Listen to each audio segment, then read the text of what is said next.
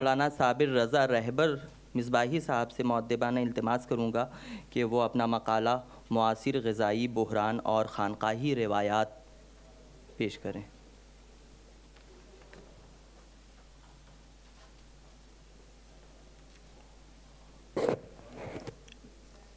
السلام علیکم ورحمۃ اللہ وبرکاتہ۔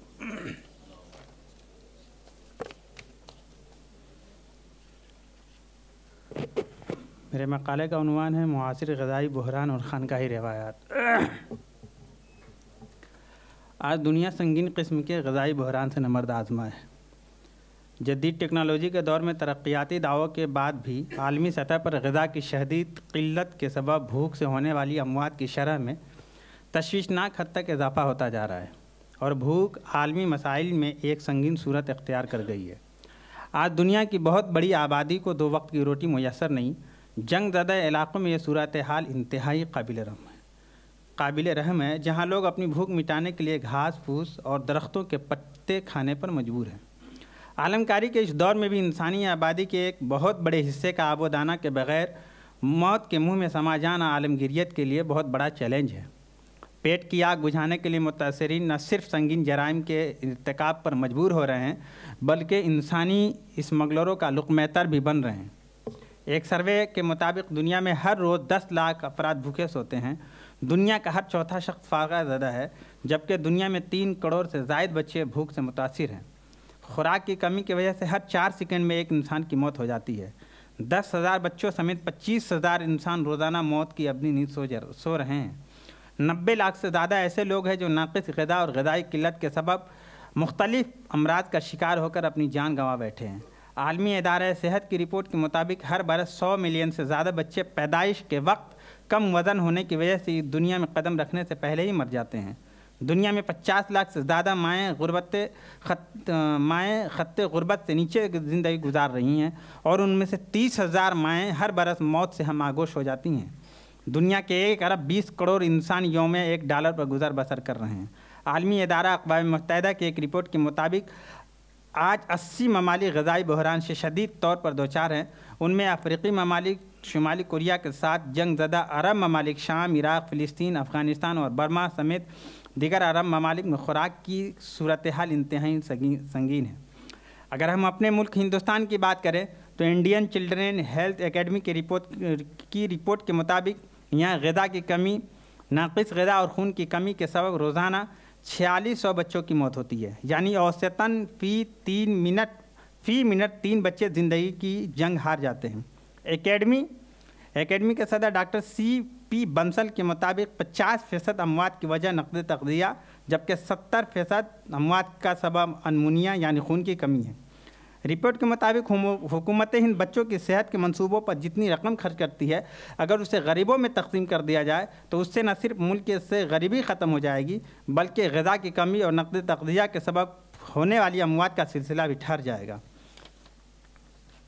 تصویر کا ایک دوسرا رخ یہ بھی ہے، میں کہیں سے اقتباس پڑھ رہا ہوں۔ تصویر کا ایک دوسرا رخ یہ بھی ہے کہ آج جہاں دنیا غذائی مسائل سے نبرد آزما ہے، وہیں اقوام متحدہ کے ادارہ FAO کی رپورٹ کے مطابق ہر سال 3 ارب ٹن کھانا برباد ہو جاتا ہے، جبکہ دنیا میں 2.84 کروڑ افراد بھوک مری کے شکار ہیں۔ یعنی برباد ہونے والے اناج کا اگر 1/3 حصہ بھی بچا لیا جائے تو دنیا کے تمام بھوکے لوگوں کا نہ صرف پیٹ بھر جائے گا، بلکہ ان کی صحت مند زندگی کو ترقیاتی کاموں میں استعمال کر کے ترقی کی ایک نئی تاریخ رقم کی جا سکتی ہے۔ FAO کے ماہرین کے مطابق ہر سال برباد ہونے والے اناج کو بچا لیا جائے تو 2050 تک دنیا کی آبادی کو پیٹ بھرنے کے لیے فقط 32% اناج میں اضافہ کرنے کی ضرورت پڑے گی۔ دین اسلام نے احترام انسانیت کو اولویت بخشی اور تمام طرح کی تفریق سے بالاتر ہو کر بنائے انسانیت خلق خدا کی خدمت پر اجر کا مژدہ سنایا۔ یہ صحیح ہے کہ اسلام نے غربت کی مدح نہیں کی، لیکن ہمیشہ غریبوں کی حوصلہ افزائی کی۔ سماج کے معاشی استحکام، بھوک اور افلاس کے خاتمے کے لیے قرآن مقدس اور احادیث میں انفاق فی سبیل اللہ، یتیموں کی پرورش، بے آسرا لوگوں کی کفالت، مظلوموں کی دادرسی اور مساکین کو کھانا کھلانے کی بار بار تاکید کی گئی ہے۔ بھوکوں کو کھانا کھلانے، پیاسوں کو پانی اور حاجت مندوں کی ضرورت پوری کرنے کی ترغیب دیتے ہوئے اس پر آخرت میں بہترین بدلہ کا وعدہ کیا گیا، اور غربا و مساکین کی خدمت کو ایمان کی علامت قرار دیا گیا۔ قرآن مقدس میں سورہ دہر آیت نمبر 14 میں ہے کہ اور اللہ کی محبت میں مسکین اور یتیم اور قیدی کو کھانا کھلاتے ہیں اور ان سے کہتے ہیں کہ ہم تمہیں صرف اللہ کی خاطر کھلا رہے ہیں اور ہم تم سے نہ کوئی بدلہ چاہتے ہیں نہ شکریہ۔ سورہ بلد آیت نمبر 16 میں ہے، اور آپ کو کیا معلوم کہ وہ گھاٹی کیا ہے، گردن کا چھڑانا یا بھوک کے دن میں کھلانا کسی رشتہ دار یتیم کو یا کسی خاک نشین مسکین کو۔ انسان کی خوشحالی اور انسان کی معاشی خوشحالی کے بعد تنگ دستی اور رسد کی وجہ قرآن مقدس میں یہ بیان کی گئی۔ سورہ الفجر آیت نمبر 19 میں ہے کہ ہرگز نہیں بلکہ تم یتیم کی عزت نہیں کرتے اور مسکین کو کھانا کھلانے کی ترغیب دیتے ہو اور میت کا ترکہ سب سمیٹ کر کھا جاتے ہو۔ سورہ نساء آیت نمبر 36 میں ہے، اور اللہ تعالیٰ کی عبادت کرو، کسی کو اس کا شریک مت ٹھہراؤ، والدین، اعزاء و اقارب، یتیموں، مسکینوں اور قریب و دور کے پڑوسیوں، ہم نشیں اور ہم مجلس لوگوں، مسافروں اور دوسرے ملازموں کے ساتھ نیکی اور احسان کا سلوک کرو۔ قرآن مقدس میں کئی مقامات پر کفارہ کے طور پر بھوکوں اور مسکینوں کو کھانا کھلانے کا حکم دیا گیا۔ غذائی بحران سے نپٹنے کے لیے صوفیہ نے یہ حکمت عملی اپنائی کہ انہوں نے اپنی خانقاہوں میں لنگر کی روایت قائم کی، جس کے ذریعے بڑی آسانی کے ساتھ بھوک کے مارے غربا، مساکین اور محتاجوں کی شکم پروری کا ایک سلسلہ چل پڑا۔ خانقاہوں میں لنگر کی تقسیم کا سلسلہ کب سے شروع ہوا، اس سلسلے میں حتمی طور سے کچھ نہیں کہا جا سکتا، لیکن میرا خیال یہ ہے کہ جب سے خانقاہیں وجود میں آئی ہیں تبھی سے یہ سلسلہ بھی شروع ہوگا، کیونکہ خانقاہ کی تعمیر کا ایک اہم مقصد خلق خدا کی حاجت روائی بھی رہی ہے۔ صوفیہ سیرت نبوی کو عملی زندگی کا حصہ بناتے ہوئے خدمت انسانی کو خوشنید الہی کا سب سے مقبول ذریعہ سمجھتے تھے۔ چونکہ بھوک انسان کو حیوان بنا دیتی ہے، اس لیے صوفیہ نے سب سے زیادہ اسی پہلو پر توجہ دی اور اپنی خانقاہوں کے دروازے ہر قسم کے امتیازات سے مستثنی رکھتے ہوئے خلق خدا کے لیے کھول دیا، جہاں ایک ہی دسترخوان پر شاہ و گدا پہلو بہ پہلو بیٹھ کر پیٹ کی آگ بجھاتے تھے۔ عمرہ اور شرفا ان کے لنگر کو باعث فخر و مباحت تصور کرتے تھے، جبکہ غربا و مساکین ایک نعمت، عزت نفس کا ایسا خیال کہ صوفیہ ان کے خلفاء و خدام ان کی میزبانی کرتے اور ان کی دلجوئی میں کوئی کسر اٹھا نہ رکھتے۔ صوفیہ کبار کی زندگی کے مطالعے سے یہ بات واشگاف ہوتی ہے کہ انہوں نے اپنے لیے ہمیشہ فکر و فاقہ کو ترجیح دی، مگر مخلوق خدا کے کے لیے راحت و آرام اور اشیاء خوراک سے محروم افراد تک رسائی کے لیے کوشاں رہے۔ صوفیہ کے یہاں نہ صرف بھوکے کی بھوک مٹتی تھی بلکہ ان کے رہنے کے لیے چھت بھی مہیا ہوتا تھا۔ اب آنے والے صفحات میں ہم مشاہیر صوفیہ و مشائخ نے غریبوں کی حاجت روائی اور معاشرے کے شکستہ حال افراد کے لیے اپنے خانقاہی نظام لنگر کے ذریعے جو غذائی بحران کے حل میں مثالی کردار ادا کیا، ان کی ایک جھلک ملاحظہ دو۔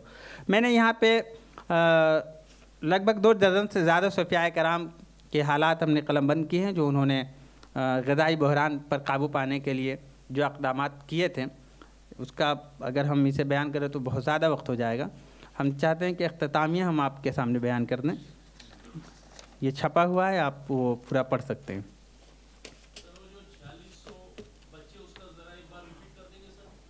کون سا؟ جو ابھی آپ نے پریویس بولا تھا 4600 بچے سال کے جو مر رہے ہیں، کیا؟ اچھا، ایک منٹ۔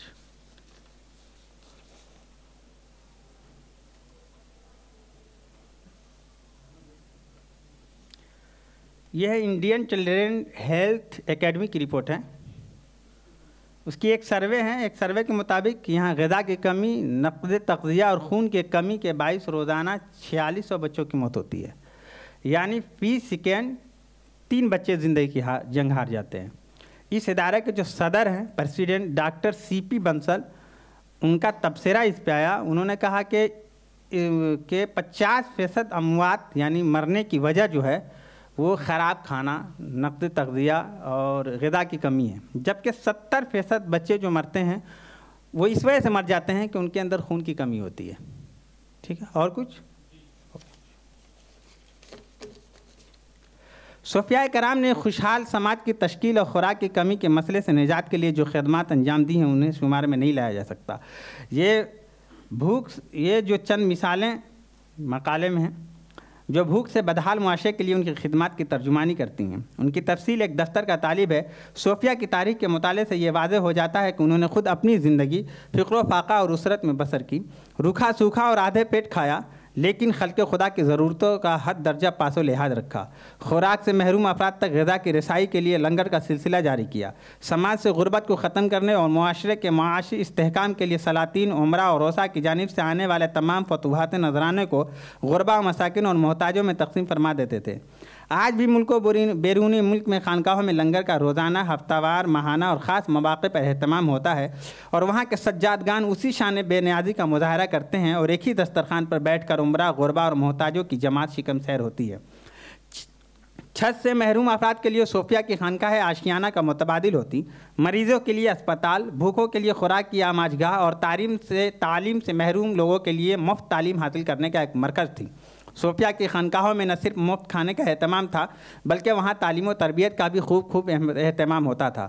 صوفیہ کرام کی اکثریت اپنے زمانے کے ماہر طب ہوا کرتی تھی، اس لیے وہاں آنے والے بیماریوں کے لیے نسخے بھی تجویز فرماتے تھے۔ صوفیہ کی سوانح، تذکر و ملفوظات میں ان کے بیان کردہ طبی نسخے جات اور مختلف امراض کے حوالے سے تجویز کردہ علاج کو ثبوت کے طور پر پیش کیا جا سکتا ہے۔ خدمت خلق کے حوالے سے تمام سلاسل سے وابستہ صوفیہ و بزرگان دین کے طریقہ کار تقریباً مشترک رہے ہیں۔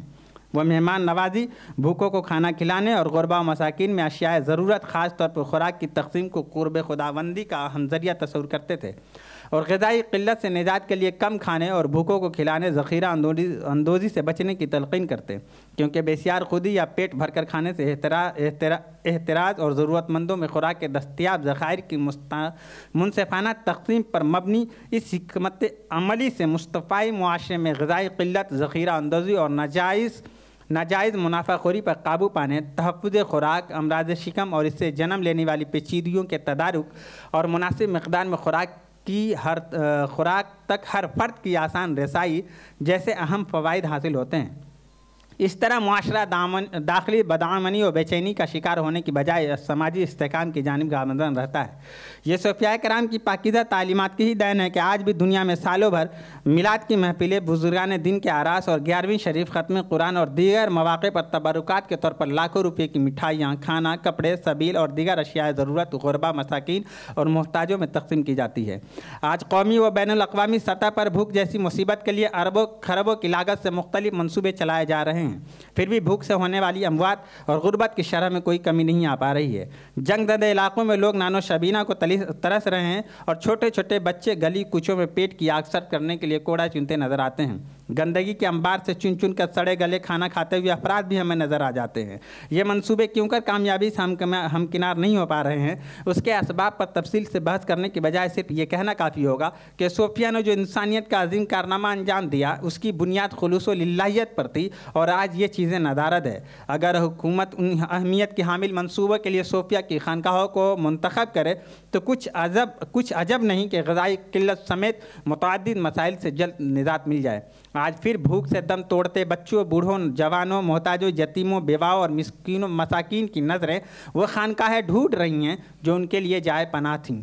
تحفظ خوراک کو یقینی بنانے اور سماج کو داخلی و خارجی انتشار سے محفوظ رکھنے کے لیے خانقاہوں کے گدی نشینوں کو ایک بار پھر اپنی خانقاہوں میں لنگر کے نظام کی نشاط ثانیہ کرنی ہوگی، تاکہ ایک بار پھر سے سماج میں مساوات محمدی کا پرچم لہرائے اور غربا، مساکین اور محتاجوں کی حاجت روائی مسیحائی کا ایک نیا باب کھل سکے۔ نیز غذائی قلت کے بطن سے سماج میں جنم لینے والے انسانیت کچھ جرائم کا جنازہ نکل سکے۔ اس کے لیے امت کے باثروت اور اقتدار پر براجمان افراد کو بھی خلوص نیت کے ساتھ اپنی ذمہ داری کی ادائیگی کے لیے فراخ دلی کا مظاہرہ کرنا ہوگا۔ السلام علیکم۔